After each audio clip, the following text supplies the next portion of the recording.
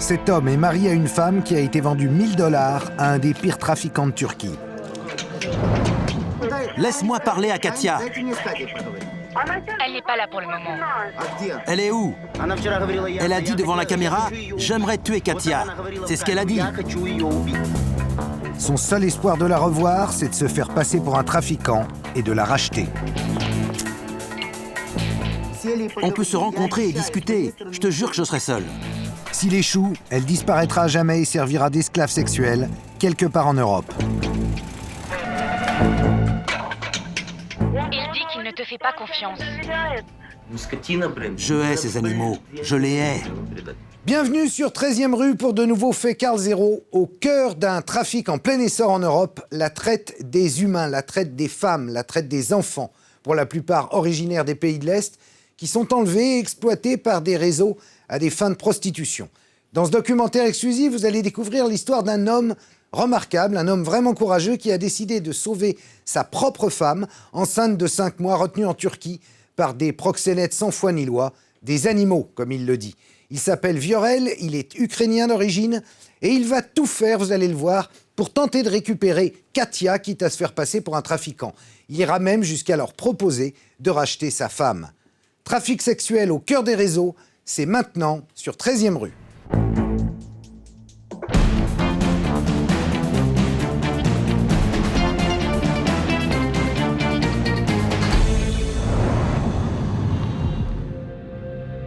Katia a 23 ans lorsqu'elle est victime du trafic le plus florissant d'Europe, la traite des êtres humains qui alimente les réseaux de prostitution.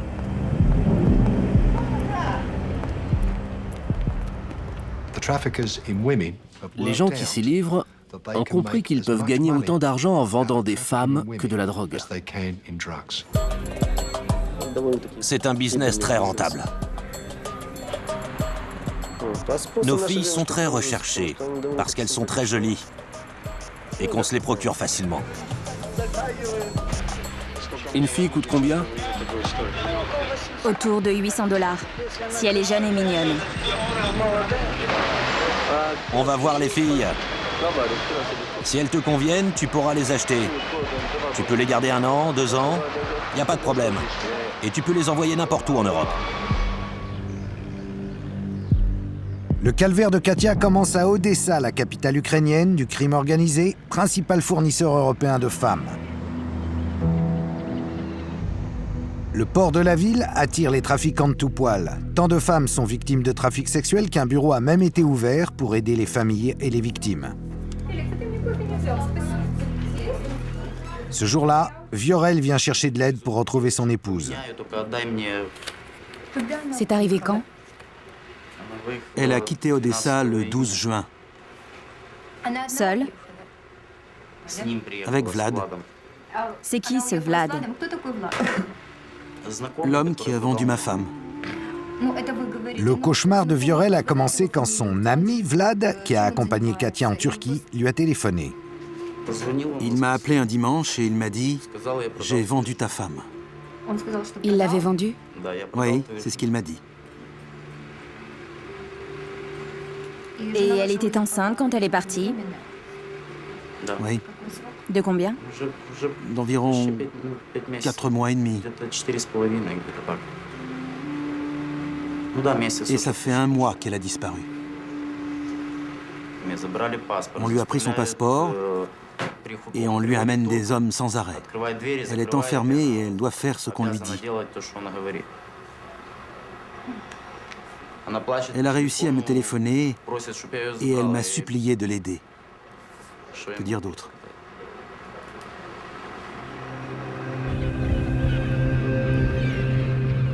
Comme beaucoup de victimes, Katia a pris le bateau pour aller en Turquie au départ d'Odessa. Les services secrets ukrainiens ont donné un tuyau à notre équipe au sujet d'une femme qui passe ici régulièrement. Nous l'appellerons Olga.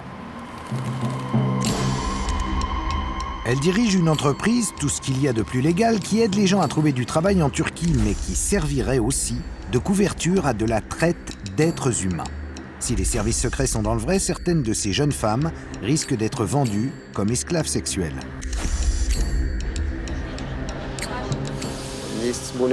Des réseaux de trafiquants, il y en a de toutes les tailles.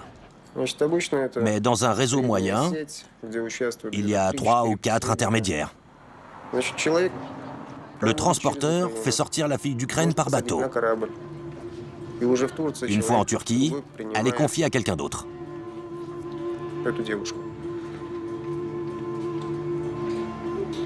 Ensuite, elle est vendue à un souteneur.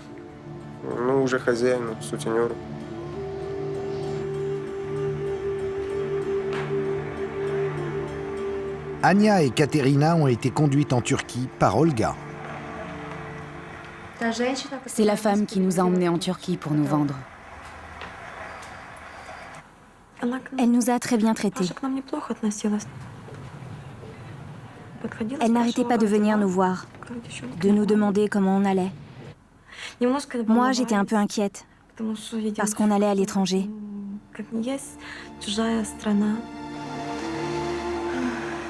Quel cauchemar.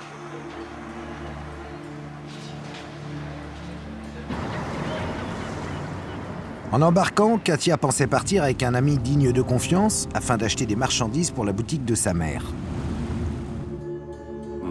Vlad a dit « De toute façon, moi j'y vais, donc je peux emmener ta femme. Comme ça, il ne lui arrivera rien. » Il n'avait pas l'air d'être du genre à faire un truc pareil. C'était un gars ordinaire, normal. Pour Katia, on m'a payé 1000 $. C'est la valeur qui a été estimée pour elle à ce moment-là.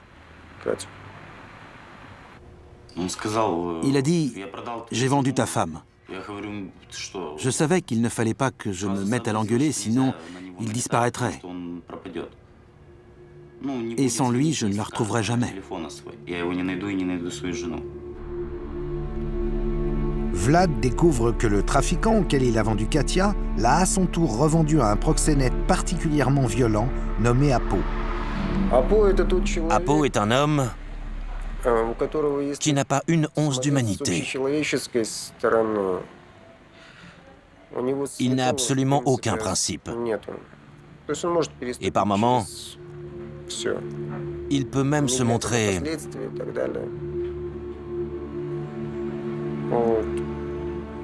très cruel. On est mariés depuis 1 an. Et elle est enceinte. Pourquoi est-ce que je l'ai appelé? Dire que je me sens coupable pourrait paraître étrange vu ce que j'ai fait.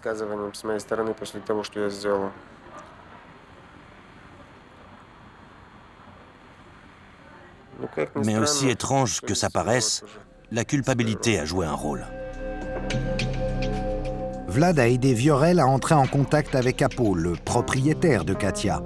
En se faisant passer pour le premier trafiquant à avoir vendu la jeune femme, il a demandé à rencontrer Apo dans un aéroport turc afin de la lui racheter. Apo a accepté et Viorel a aussitôt contacté les autorités locales. Il y avait des policiers partout pour l'arrêter. J'ai appelé Apo et il est venu. Je lui ai demandé où était Katia et il m'a répondu qu'elle travaillait avec un client. Ensuite, sans aucune raison, un flic a donné un coup de sifflet et Apo s'est enfui.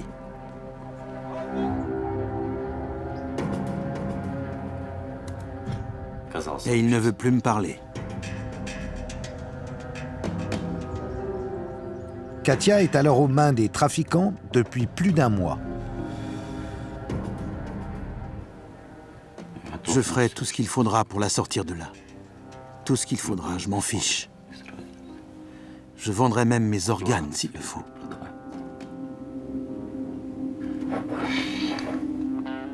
Avec ou sans l'aide de la police, Viorel est bien déterminé à retourner en Turquie pour sauver sa femme. Le taux élevé de chômage et la pauvreté extrême ont fait de la Moldavie, pays de l'ex-bloc soviétique enclavé entre la Roumanie et l'Ukraine, un haut lieu d'approvisionnement de femmes à des fins d'exploitation sexuelle.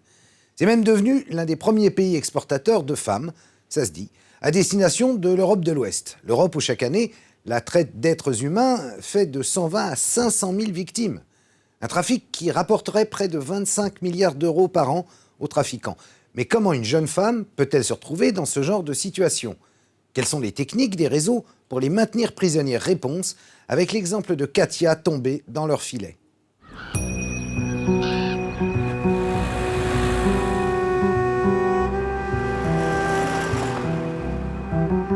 La ville où est née Katia se trouve en Moldavie, à l'ouest de l'Ukraine.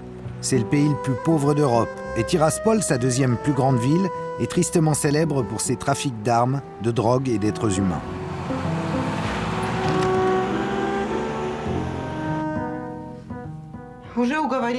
J'ai incité Katia à aller en Turquie pour qu'elle gagne un peu d'argent. Certains y arrivent là-bas. C'est ma faute. C'est moi qui l'ai encouragée à partir. Quand elle est partie, Katia a laissé son fils de 5 ans, Ruslan, chez sa mère. Je me retrouve avec un gamin de 5 ans, et moi j'en ai 60. Je lui dis que sa maman est partie travailler. Qu'est-ce que je peux lui raconter d'autre? Que sa mère a été vendue? Vous imaginez?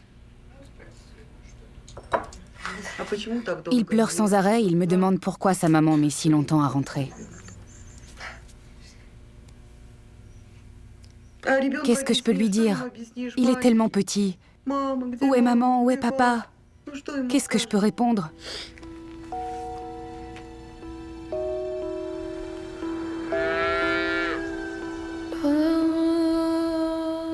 Les victimes de la traite disparaissent souvent sans laisser de traces. Le peu que nous savons du calvaire de Katia, nous le devons au témoignage des rares femmes qui ont réussi à s'enfuir. Ce jour-là, Tania, 23 ans, retrouve sa famille pour la première fois depuis qu'elle a été enlevée et contrainte de se prostituer.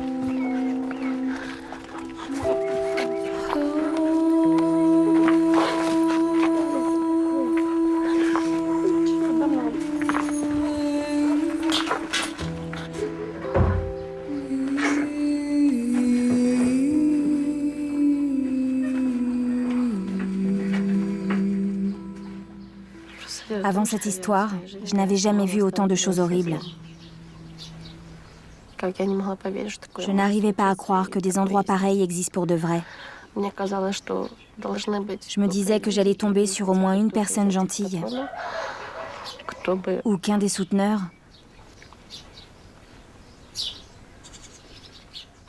Qu'un des souteneurs me laisserait rentrer chez moi. Je t'ai manqué. Oui. La famille de Tania vivait non loin de Tchernobyl, au moment du plus grave accident nucléaire de l'histoire. Exposée aux retombées radioactives, elle a été relogée à Dobra-Volia, dans l'ouest de l'Ukraine. Mais aujourd'hui, tous les membres de sa famille ont des problèmes de santé. La mère et le frère aîné de Tania souffrent de tuberculose, sa sœur d'une tumeur au cerveau, et son autre frère, lui aussi très malade, a subi plusieurs opérations qui ont été bâclées. Fais voir ta cicatrice. Les médecins nous ont dit qu'il fallait qu'on trouve beaucoup d'argent pour payer le traitement. Et que si on ne le soignait pas, on pouvait tout de suite passer commande d'un cercueil.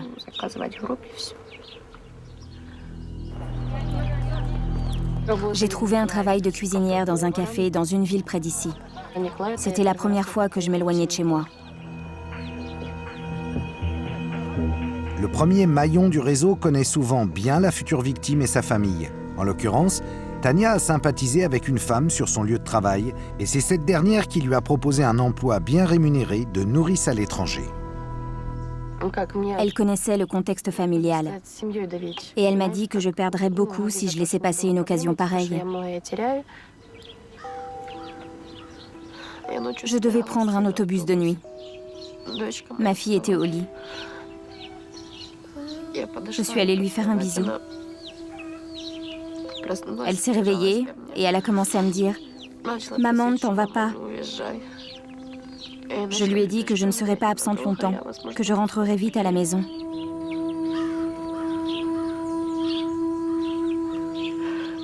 Elle a glissé la main sous son oreiller et elle m'a donné sa petite croix en bois. Elle me l'a mise dans la main et elle m'a dit « Garde-la avec toi ». Je lui ai demandé pourquoi, elle est à toi? Et elle m'a répondu non, je te l'offre.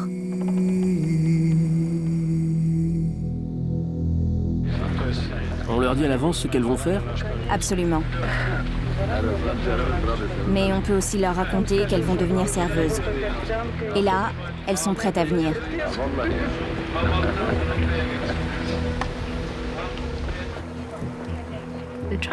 Les trafiquants sont très habiles. Ils savent choisir les femmes vulnérables. Si vous leur en présentez 5, ils vont certainement choisir la plus fragile sans se tromper. Même si un petit doute subsiste au fond de leur esprit, même si elles se disent que ça n'est peut-être pas le meilleur travail possible ou qu'il y a quelque chose de louche, elles veulent désespérément se convaincre que tout ira bien. Elles ont tendance à courir le risque et à partir, parce qu'après tout, qu'est-ce qui pourrait être pire que la vie qu'elles mènent à ce moment-là? Mais bien sûr, il y a pire. Elles ne vont pas s'enfuir? Quand elles arrivent, pense à prendre leur passeport. La personne qui les réceptionne doit impérativement prendre leur papier d'identité. Bien sûr, on leur dit qu'elles vont les garder, mais il faut les prendre. Et moi aussi, je me sentirais beaucoup plus à l'aise.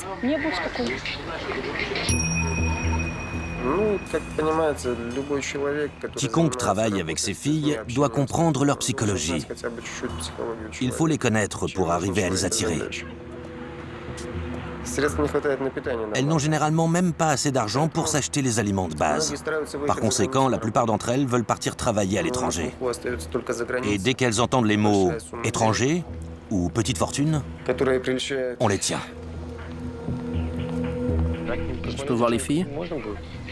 Bien sûr. Je vais juste vérifier qu'elles sont présentables. Après, tu pourras voir par toi-même. Je ne vais pas t'arnaquer, tu sais. Ces gens sont des malfaiteurs. Ils se livreront à n'importe quelle activité susceptible de leur rapporter de l'argent. Ils ne veulent pas se faire prendre et c'est bien plus facile de faire traverser les frontières à des femmes qu'à de la drogue à cause des douaniers. Une femme qui arrive dans un aéroport avec ses bagages et son passeport est très difficile à identifier. Tu les transportes? Non, moi je les déniche. C'est quelqu'un d'autre qui les transporte. Je ne veux pas courir ce risque. Je suis déjà soupçonnée. Pourvu qu'il ne m'arrive rien. J'espère vraiment qu'il ne m'arrivera rien. Surtout que ma belle-fille fait des études pour devenir juriste.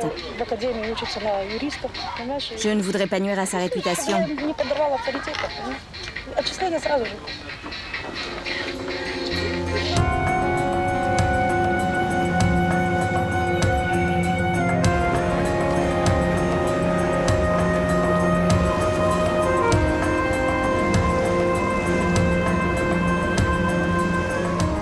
Après 2 jours de bateau, la femme soupçonnée de se livrer à la traite, Olga, débarque à Istanbul avec son groupe de jeunes femmes pleines d'espoir.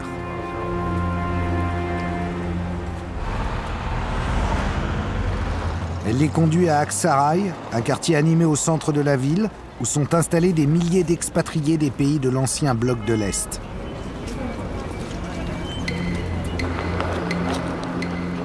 Ce parking sert de marché officieux pour les travailleurs immigrés venus de Russie.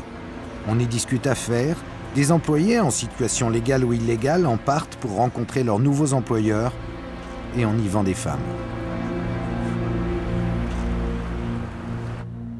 C'est précisément à cet endroit que Katerina et Ania se sont retrouvées. Elle nous a dit d'attendre. Après, elle est revenue et elle a dit « Venez avec moi ». On a traversé la rue.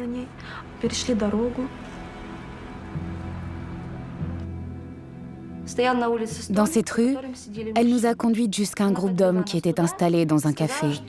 Et elle nous a dit qu'ils allaient nous conduire jusqu'à l'appartement où on allait rester. Elle leur a parlé en turc. Ils lui ont donné de l'argent et elle l'a compté.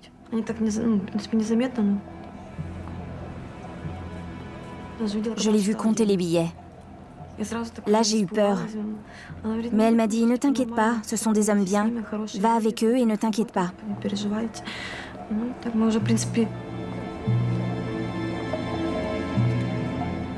On a deviné qu'elle était en train de nous vendre, mais on espérait se tromper.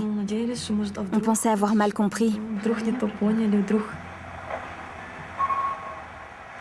Regarde, il y a des policiers juste à côté de là où elle fait la vente.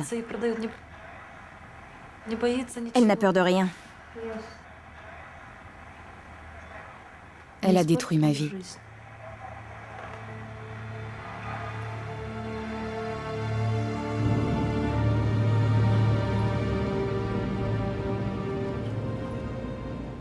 Ces hommes nous ont conduites à un appartement.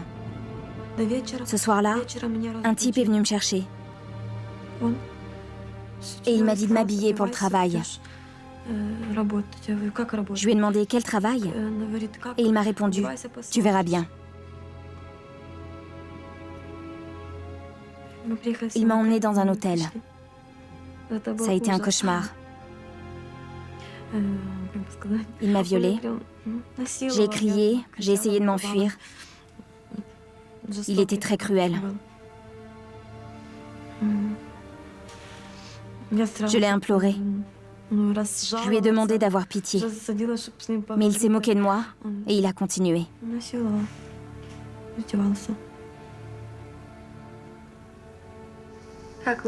Ils nous ont forcés à avoir des relations sexuelles avec des Turcs.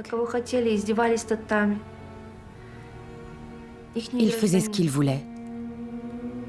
Je leur ai dit que je ne voulais pas. Et ils m'ont dit « Comment ça, tu refuses? Cette femme t'a vendu pour 5 000 $. Tu nous appartiens. »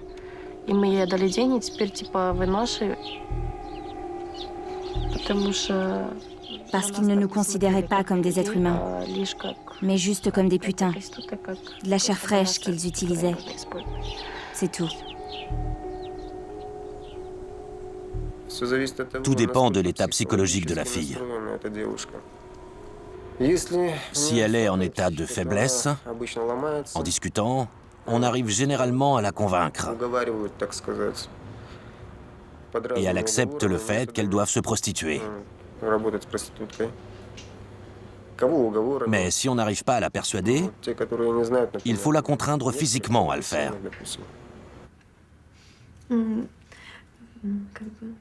Je n'avais jamais imaginé me retrouver dans une situation pareille. Je n'arrête pas d'y penser.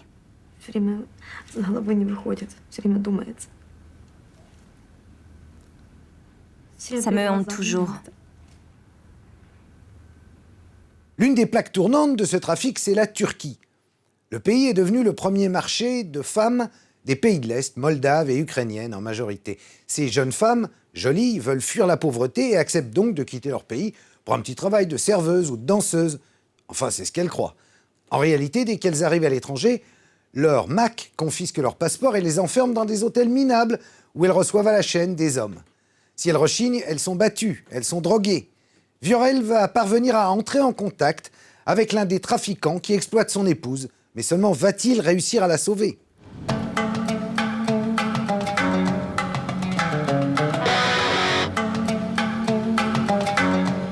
Viorel est de retour en Turquie pour secourir son épouse.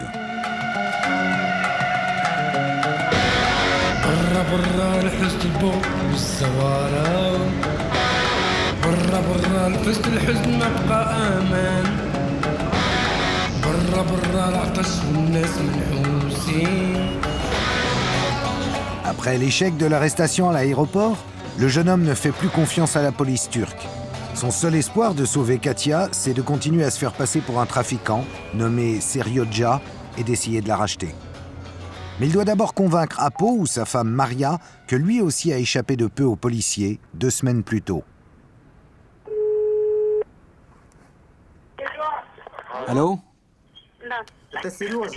Ici Serioja. Tu te souviens, le mec d'Odessa ? Serioja, tu viens de Russie, de Moldavie. D'où tu viens? D'Ukraine? C'est toi qui as dit aux flics qu'on avait volé Katia? Je n'ai rien dit. Écoute-moi. C'est la mère de Katia qui a cafeté aux flics de Moldavie. Mais leurs collègues ukrainiens m'ont fait porter le chapeau. Tu comprends? La police cherche Katia. Le seul moyen pour moi d'éviter la prison, c'est de la racheter. Et si tu ne veux pas avoir de problème, tu as intérêt à la faire sortir du pays très vite. Va voir les flics. Explique-leur que tu es innocent.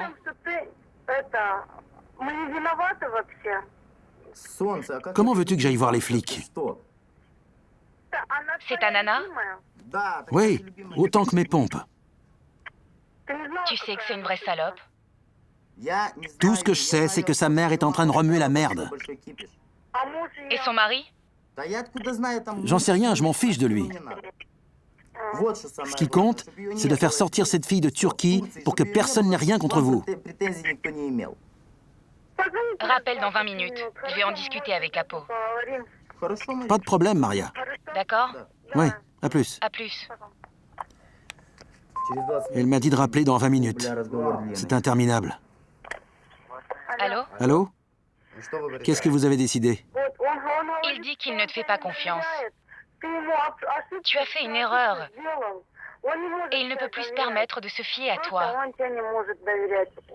Laisse-moi parler à Katia. Elle n'est pas là pour le moment. Elle est où? Elle n'est pas ici. Elle est dans un autre bordel. Ça te va? Il n'y a que nous. Écoute, on n'a qu'à se rencontrer tous les quatre. Katia, toi, Apo et moi. On s'assoit autour d'une table et on discute. Je te jure sur la tête de ma mère que je viendrai sans la police. Il n'y aura personne, je serai seul. On se rencontre en terrain neutre dans un bar. On se rencontre et on discute. Je te jure que je serai tout seul. On en parlera demain. D'accord, je te rappelle demain.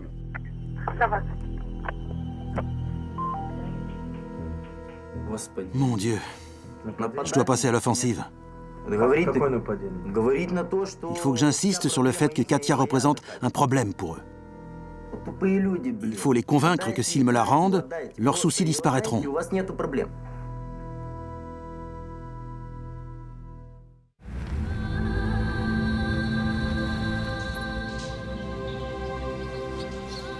Ils m'ont conduite à une villa. Une maison à 2 étages. Il y avait des barreaux à toutes les fenêtres et à toutes les portes. Ils m'ont enfermée dedans. On m'a dit que ces filles n'avaient qu'à s'enfuir. Non, elles ne peuvent pas. Ces bordels sont de vraies prisons. Les portes sont verrouillées, il y a des barreaux aux fenêtres. On y entre par invitation. Seuls quelques intéressés savent où ils se trouvent, et les filles sont enfermées 24 heures sur 24.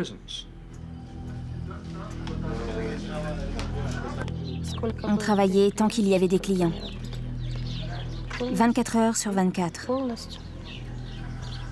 Et si on refusait un client, on se faisait cogner.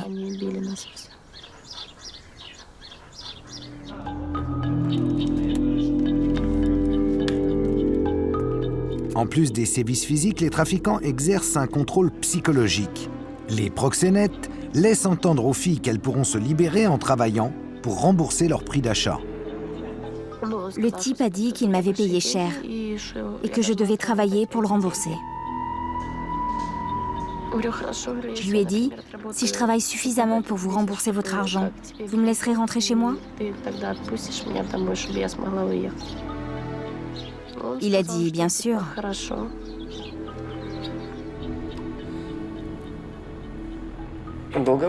La dette, c'est le montant que la fille est censée rembourser. Et on peut facilement la gonfler, si on le souhaite. De cette façon, la dette n'est jamais remboursée. Et la fille continue de travailler sans jamais gagner un centime.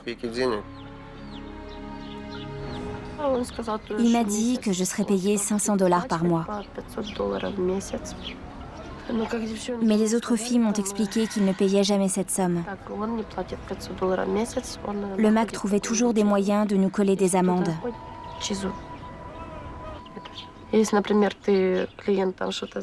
Si un client demande quelque chose et qu'on refuse, on écope d'1 ou 2 mois d'amende.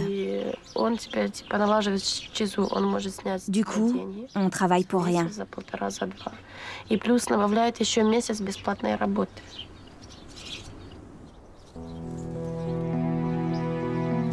Mais la menace la plus efficace pour contrôler les filles, c'est encore celle que le réseau fait planer sur leur famille.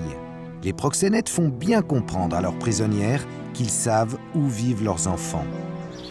J'ai dit que je voulais rentrer chez moi, retrouver ma fille.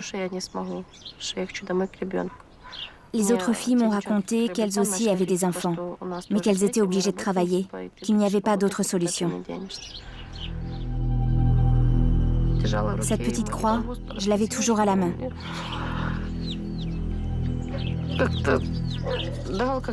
J'ai prié Dieu de me faire rentrer.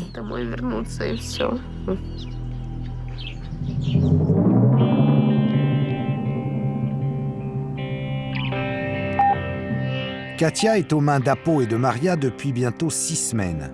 Organiser un face-à-face est le seul espoir de Viorel. Allô? Allô, Maria?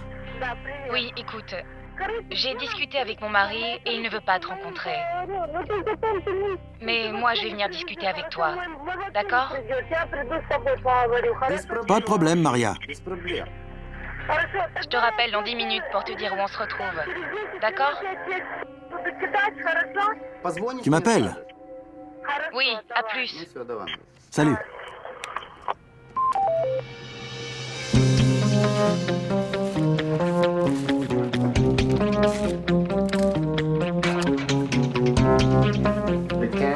La caméra, c'est ce bouton. Elle est là. Et essaie de ne pas toucher ton t-shirt parce qu'il y a aussi un micro. Très bien, je vais au fast-food de Migros, c'est ça? Ok. Le rendez-vous organisé par Maria va se dérouler dans un lieu public, un centre commercial.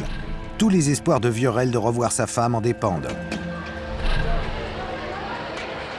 Allô? Je suis à côté du fast-food, le Shakespeare Bistro. Ah, c'est un bistrot. C'est toi? Tu es blonde? On s'assoit?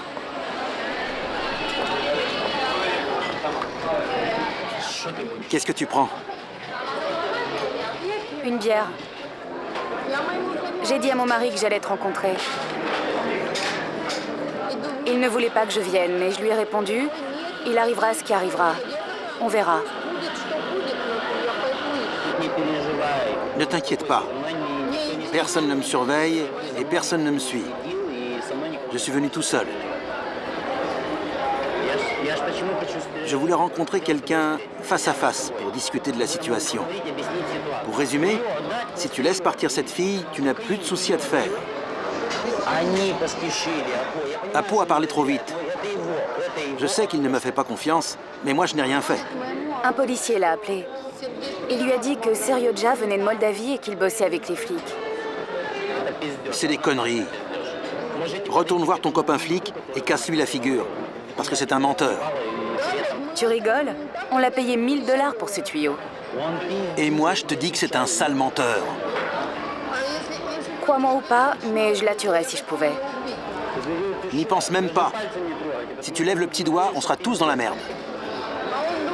Apo pense que si on la laisse partir, tu vas nous balancer aux flics.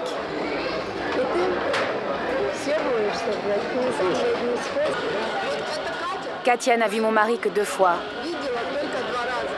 La première fois quand il l'a baisé, et la deuxième quand il l'a envoyé au taf.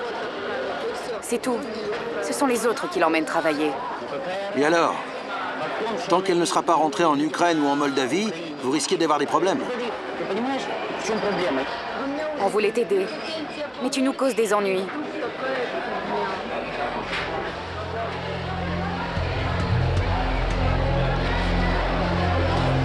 Maria promet de parler à Apo et d'organiser un rendez-vous à 3, mais Viorel a peur que le couple ne décide de se débarrasser du problème en vendant Katia. Dans ce cas-là, elle pourrait se retrouver n'importe où en Europe en quelques jours.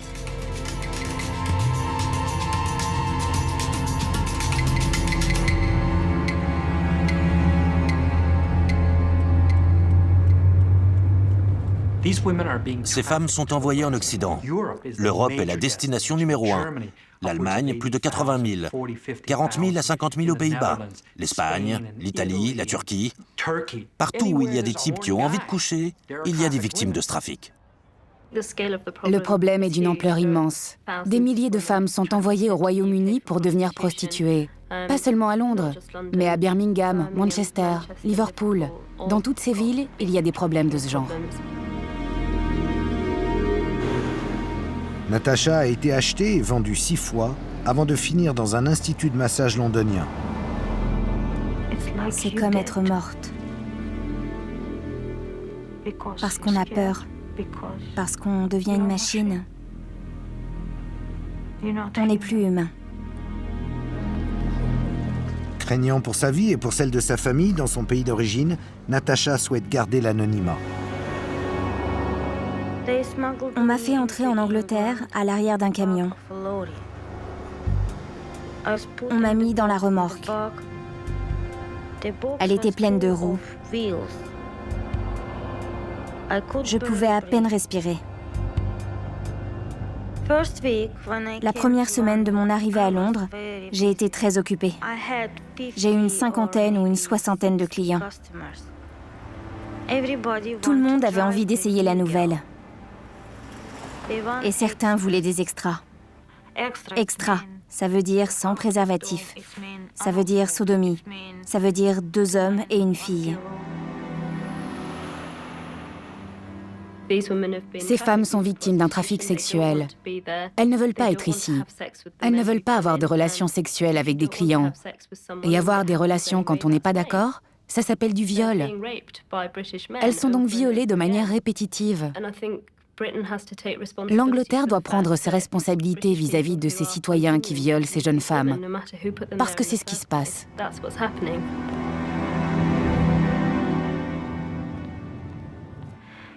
Parfois, on a envie de tuer ces hommes. Ils nous traitent de prostituées, de putes, de chiennes. Ça nous tue. Ça nous tue. Natasha a fini par être arrêtée lors d'une descente de police dans le salon de massage. Les policiers sont arrivés et ils m'ont conduite au commissariat. Je n'avais ni passeport, ni pièce d'identité. Si je n'obtiens pas le droit de rester ici, je ne sais pas ce que je vais faire. J'ai peur de ce qui pourrait m'arriver si je rentrais chez moi.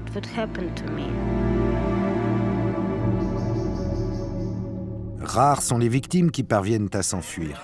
La plupart sont arrêtés pour prostitution lors de descentes et bien souvent, ce n'est que le début d'un nouveau calvaire. Quand les flics les trouvent, elles sont expulsées. Elles sont confiées au service de l'immigration qui les renvoie chez elles. Elles sont donc victimes une nouvelle fois, mais du système.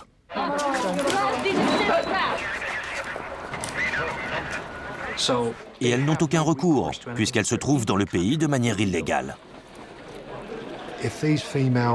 Si ces femmes sont expulsées vers leur pays d'origine et qu'elles sont prostituées, elles retombent presque invariablement dans les mains des exploiteurs, des trafiquants, des proxénètes qui leur font faire demi-tour et qui les renvoient dans une autre ville par un itinéraire différent. Donc il faut impérativement briser ce cercle vicieux.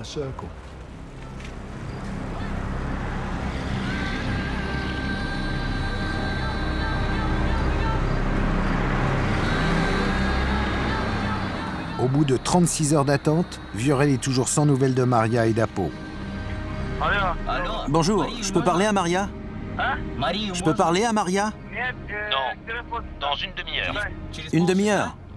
Oui. Très bien.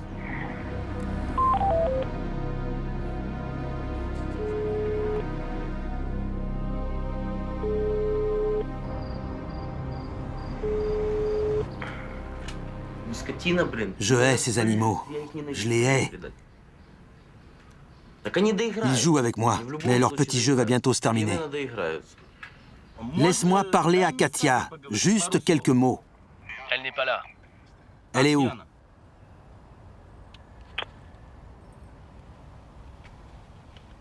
Elle n'est pas là. C'est-à-dire? Je ne sais pas, elle n'est pas là.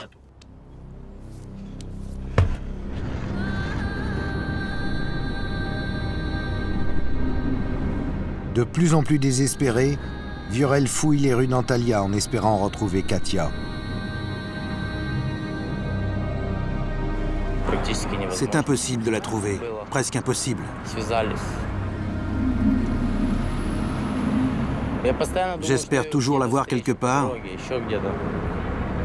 Mais je ne peux pas inspecter chaque restaurant, chaque bar, chaque hôtel.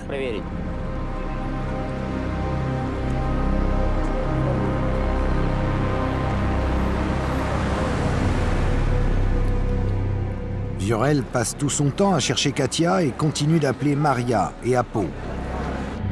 Vous avez appelé Apo pour lui dire? Je lui dirai. Si vous ne voulez pas de problème, laissez-la sortir du pays. J'en ai marre, bande de connards.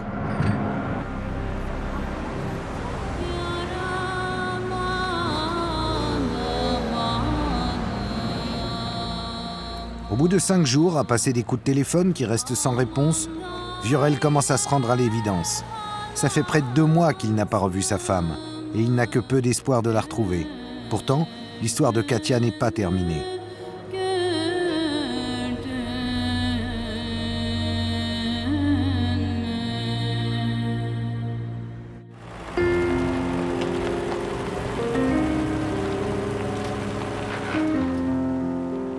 Désespéré, le jeune homme renonce et rentre à Tiraspol. Mais voici que ces appels incessants ont fini par payer. Apo et Maria ont conduit Katia à l'aéroport et l'ont renvoyée chez elle. Après avoir passé près de 2 mois entre les mains des trafiquants, elle a été libérée. Alors que tout semblait perdu, un coup de théâtre se produit. Katia est finalement libérée. Mais l'issue sera-t-elle aussi heureuse que ça ? Et ses ravisseurs, seront-ils même inquiétés ou vont-ils pouvoir poursuivre leur trafic honteux et continuer à détruire la vie de milliers de jeunes femmes? Pour l'heure, une seule chose importe à Viorel, revoir sa femme, Katia. Raconte-moi ce qui s'est passé.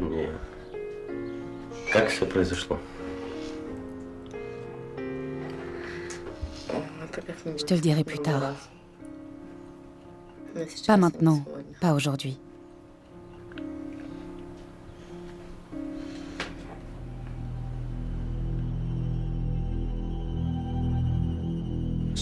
Lorsqu'elles sont secourues ou lorsqu'elles se retrouvent à la rue parce qu'elles ne servent plus à rien aux proxénètes et aux tenanciers de bordel, énormément de filles rentrent chez elles. Sur le plan psychologique, elles sont détruites. Elles souffrent de problèmes de santé, de maladies sexuellement transmissibles. Elles sont fichues. À quelle vie une femme peut-elle revenir après avoir eu 10 clients par nuit ?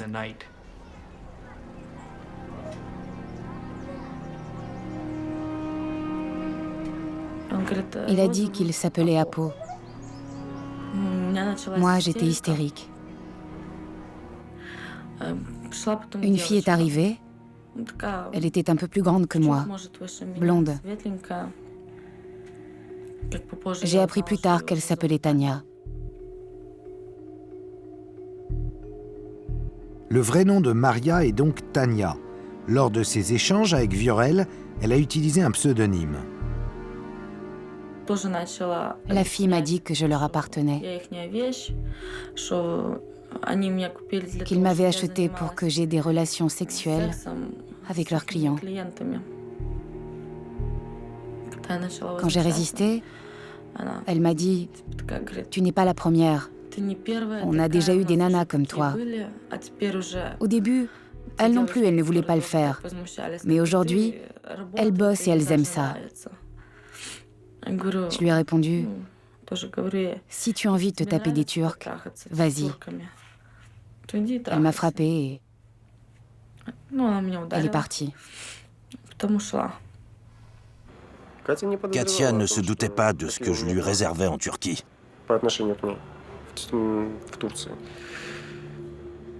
Comment aurait-elle pu ?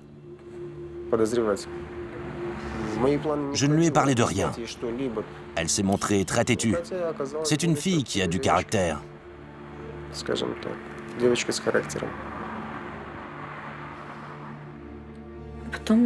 Ils ont fait venir un homme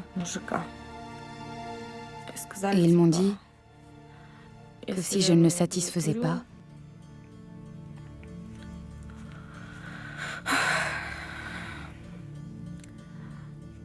Il me tuerait.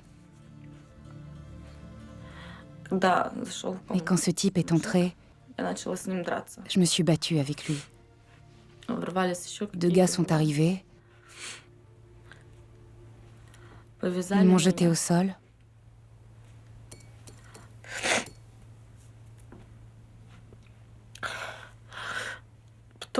Ils m'ont droguée. Ils m'ont battue. Et ils m'ont violée.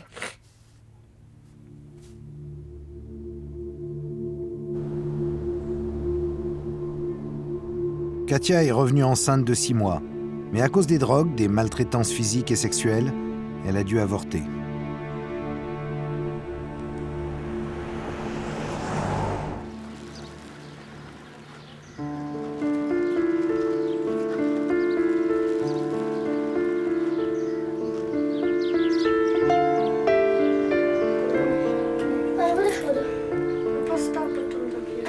Tania avait fini par rentrer chez elle car un client l'avait prise en pitié et aidé à s'enfuir. Mais elle a découvert que l'état de santé de son frère avait empiré. Sans le sou et la mort dans l'âme, elle a donc décidé de retourner en Turquie pour faire le trottoir. Je n'ai pas d'autre choix. On a déjà emprunté tellement d'argent pour ne pas perdre mon frère, mais on nous a dit qu'il fallait rembourser. Si on ne le fait pas, on va avoir des ennuis, surtout nos enfants. Il peut leur arriver n'importe quoi si on n'est pas là.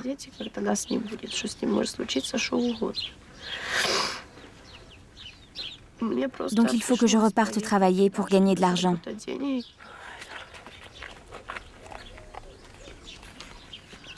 Vous comprenez, je veux juste sauver mon frère.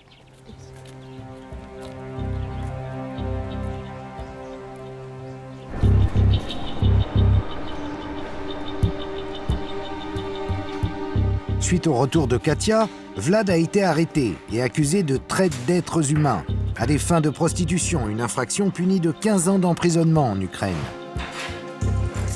Courageusement, Katia a accepté de témoigner contre lui. Mais lorsque l'affaire est passée au tribunal, la jeune femme n'a pas été citée à comparaître, ni même informée de la date de l'audience. Et si notre équipe a eu le droit de filmer l'énoncé du verdict, Katia et Viorel, eux, n'ont pas été autorisés à entrer dans la salle d'audience. Vous êtes accusé d'avoir trouvé des femmes en République de Moldavie et de les avoir conduites en Turquie pour les vendre à un réseau de prostitution. En vertu de l'article 189 du Code pénal, l'accusé est donc condamné à 5 ans de prison.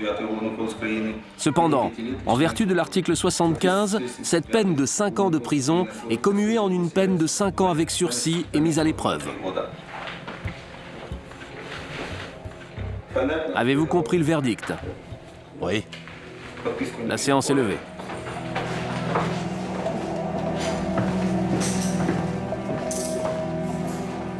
Bien que coupable, Vlad n'a donc écopé que d'une condamnation avec sursis et a pu sortir libre du palais de justice.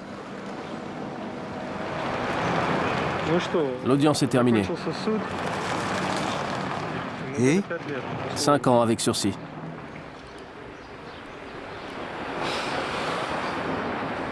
on nous a dit qu'il allait prendre entre 8 et 15 ans. Mais pas 5 avec sursis. J'avais sûrement un bon avocat. Je lui suis très reconnaissant. Et le juge aussi était quelqu'un de bien. Il a compris ma situation. Le message, c'est « Bravo, vous avez une affaire qui rapporte, continuez de vendre des gens ». Je suis choquée. Il a vendu des filles qui ont été violées, battues, torturées mentalement. Et on le laisse partir. C'est trop.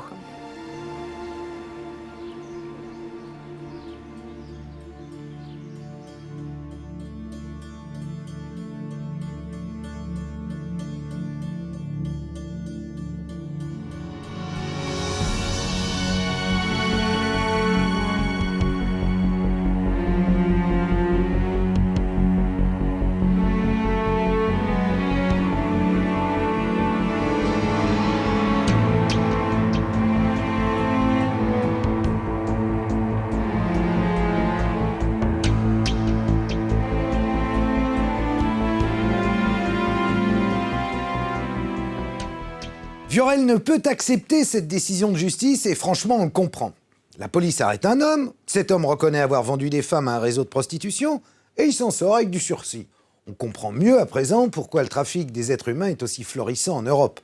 On a vu comment les trafiquants déplacent les gens à travers les frontières en toute impunité. On a vu que peu de moyens sont mis en place pour lutter contre cet esclavage moderne. Alors, qui a intérêt à ce que ce trafic continue de prospérer? Viorel aura eu raison de ces trafiquants, mais à quel prix? On mesure l'état psychologique et physique dans lequel se trouve son épouse, Katia, comme les autres femmes qui réussissent à leur échapper. Pour conclure, saluons le courage, l'abnégation et l'obstination de Viorel. À bientôt pour de nouveaux faits Carl Zéro sur 13e rue.